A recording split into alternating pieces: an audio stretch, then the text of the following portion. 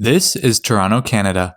Serving a population of 7.5 million people, a network of commuter rail lines connects this Canadian city, servicing 69 stations in 26 local municipalities. Consisting of 8 lines and 526 kilometers of track, the system radiates from downtown Toronto, with trains running out of Union Station to connect outlying towns and cities. But how did the system grow from its original stations to the network it is today? My name's Zach, and this is the evolution of the network. Publicly operated commuter rail service in Toronto began in May 1967, when the Government of Ontario began a 3-year service pilot. Running near the shore of Lake Ontario, 2 initial lines ran east and west from Toronto's Union Station, running all day east to Pickering and west to Oakville. During rush hours, some trains on the Lakeshore West Line also extended to Hamilton, making intermediate stops at Bronte and Burlington. 3 months later in August, a seasonal station opened at the Canadian National Exhibition Grounds, serving passengers traveling to this annual event. In April 1968, Lorne Park Station on the Lakeshore West Line was closed, having seen limited ridership and departures over the first year of service. 6 years later, in April 1974, a third commuter rail line was opened, running from Union Station to Georgetown. Running during rush hours only, the Georgetown line serviced 6 new stations, with trains towards Union in the morning and towards Georgetown in the afternoon. In December, an additional station opened on the line at Etobicoke North, improving access to the system from northwest Toronto. 3 years later, in November 1977, Bronte Station on the Lakeshore West Line was closed, with a new station being opened nearby at Oakville West. The new site provided improved facilities and additional parking spaces, helping to accommodate additional ridership on the line. A 4th commuter rail line launched the following year in May 1978, running from Union Station north to Richmond Hill. Trains on the Richmond Hill line service 4 new stations, with limited rush hour service running to Union in the morning and returning to Richmond Hill in the afternoon. 3 years later, in October 1981, trains also began operating on the Milton line, making 6 intermediate stops through Mississauga and providing a connection at Kipling to the Toronto subway. A limited number of trips also ran on this line, with trains to Union Station in the morning and service returning to Milton in the afternoon. In September 1982, GO Transit took over operations from Via Rail of the Toronto commuter rail lines, adding 2 more routes to the network. The Stouffville line ran north to Stouffville with 4 intermediate stops, while the Bradford line ran north to Bradford with 4 intermediate stops. Each line operated 1 trip only, with a train to Union in the morning and a train returning north in the afternoon. 2 additional stations were added to the Stouffville line in October 1983, with trains on the route now stopping at Danforth and Scarborough. 3 new stations were added to the Lakeshore line in 1988, helping to improve access to the network from suburban areas. In September, a stop opened on the Lakeshore West line at Appleby, helping to reduce congestion at the nearby Burlington station. In December, the Lakeshore East line saw an extension to Whitby, with an intermediate stop at Ajax. Various service extensions were opened in 1990, bringing GO trains to new cities across the Toronto area. In September, the Bradford line was extended north 1 stop, bringing trains to Barrie. 1 month later, in October, a limited rush hour extension of the Lakeshore East line began, with trains traveling to a new station in Oshawa. This train traveled along a parallel set of tracks, forcing it to bypass stations in Pickering, Ajax, and Whitby. Later that month, trains on the Georgetown line were extended west to Guelph, making an intermediate stop in Acton. Changes were made to the Lakeshore West line in May 1992, with a new station opening near the western end at Aldershot. Additionally, all-day service was extended west from Oakville, with midday, evening, and weekend trains now servicing Oakville West, Appleby, and Burlington. In July 1993, various cutbacks were made across the network as a result of a reduced subsidy from the Ontario government. Trains on the Barrie line were cut back to Bradford, while the Guelph line was also cut back 2 stops to Georgetown. On the Lakeshore West line, all-day service was cut back from Burlington to Oakville, while the Lakeshore East line saw service to Whitby and Ajax operate in rush hours only. However, 2 years later, in January 1995, service to Oshawa was improved, with a new track being constructed to link to Whitby Station. With this change, trains to Oshawa now share the track with other GO trains, allowing them to service stops at Pickering, Ajax, and Whitby. Later that month, Oakville West Station on the Lakeshore West Line was renamed to Bronte, reflecting the nearby historic community. Trains to Hamilton on the Lakeshore West Line were revised in April 1996, with the station being relocated into downtown. As a result of this change, trains used a different track south to Aldershot, which improved access into the core of the city.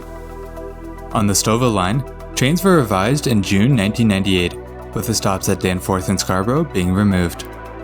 This helped to improve travel times on the line, with Lakeshore East trains continuing to provide service to the stations. On the Lakeshore lines, all-day service was expanded in May 2000, with the Lakeshore East line extending to Oshawa and the Lakeshore West line extending to Burlington. New stations were constructed on various lines throughout the 2000s, helping to improve GO train access from new suburban developments. On the Bradford line, a new station at Rutherford opened in January 2001, providing additional coverage in the city of Vaughan. In April 2002, midday service was introduced on the Georgetown line, with trains running between Bramley and Union. In September, 2 more stations were opened, with York University opening on the Bradford line and Centennial opening on the Stouffville line. An additional station opened on the Stouffville line that December, with trains now stopping at Mountjoy. More stations were opened on the network in November 2004, with Bradford line trains now stopping at East Gwillimbury. The following February, the Georgetown line also saw a new station open at Mount Pleasant, servicing new suburban developments in northwest Brampton. In June 2005, a new station opened on the Stouffville line at Kennedy, providing a nearby connection to the Toronto subway. On the Lakeshore West line, all-day service was extended west to Aldershot in September 2007, providing more service into western Burlington. At the same time, a new station opened on the Milton line at Lisgar, the first expansion on the line since its opening. Various lines were extended over the next few years, restoring service to some outlying communities. In December 2007, trains on the Bradford line were extended back to Barrie, servicing a new station at Barrie South. The Stouffville line was also extended the following year in September 2008, with a one-stop expansion taking the line to Lincolnville. In June 2009, a new seasonal extension of the Lakeshore West line was opened, branching off from the existing line past Aldershot. Limited summer trains were extended 2 stops to Niagara Falls, making an intermediate stop in St. Catharines. In April 2010, midday service on the Georgetown line was discontinued in order to facilitate construction along the corridor. However, in December 2011, the Georgetown line was extended west, bringing service back to Guelph and extending service 1 station to its present end at Kitchener. Barrie line service was extended 1 month later in January 2012, bringing trains back to its former terminus at Barrie's Allendale Waterfront Station. On the Kitchener line, a new station was added the following year in January 2013, with trains resuming service to Acton. Stouffville line trains resumed stopping at Danforth in February 2015, helping to reduce overcrowding at the station. In June 2015, a new service began linking to Toronto's Pearson Airport, following the Kitchener line to Union Station. Named the Union Pearson Express, the line was operationally separate from the rest of the GO Transit system, however shared stations with GO trains at Weston and Bloor. The following month in July, a new branch of the Lakeshore West line opened west of Aldershot, taking rush hour trains to a new station at West Harbour. This new stop was located near the previous Hamilton GO station, which had been closed almost 20 years prior. Midday service on the Kitchener line also resumed in September 2015, with service extending as far west as Mount Pleasant. On the Stouffville line, limited trains resumed stopping at Scarborough in June 2016, improving access to the station. In December, the Richmond Hill line was expanded 1 stop north to Gormley, the first expansion in the route's history. Later that month, service on the Barrie line was also expanded, with all-day weekend service being introduced. Trains operated regularly between Union Station and Aurora, with limited trains also continuing north to Allendale Waterfront. The following year, in June 2017, all-day service was introduced on the Stouffville line, with midday and evening trains beginning between Union and Unionville. That December, a new station was also added to the Barrie line at Downsview Park, along with all-day weekday service to Aurora. Service to Niagara Falls on the Lakeshore West line was improved in January 2019, with the introduction of a limited year-round service on weekdays. With this change, some trips on the line began stopping at West Harbour, improving trains between Niagara Falls and Hamilton. 4 months later in April, all-day service on the Stouffville line was extended north, servicing 3 additional stations to Mountjoy. On the Barrie line, York University Station was closed in March 2020, having seen decreasing ridership since the opening of the nearby stop at Downsview Park. On the Richmond Hill line, a further one-stop extension opened in June 2021, bringing trains to a new end station at Bloomington. Finally, in August 2021, all-day service was extended one stop south on the Lakeshore West line, bringing more trains to West Harbour. This brings us to the Toronto Regional Rail map that we know today.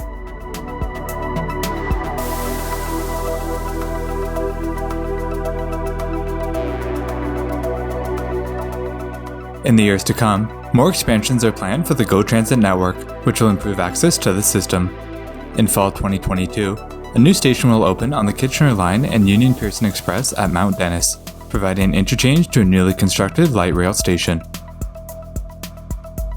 That was the evolution of Toronto's regional rail network, giving us the 8 lines that we know today. If you haven't already, be sure to watch our video on the evolution of Toronto's subway network, which you can access by clicking the button in the top right corner. Don't forget to leave a like if you enjoyed this video, and comment down below to join in the discussion. My name's Zach, and I'll be vanishing underground until the next one.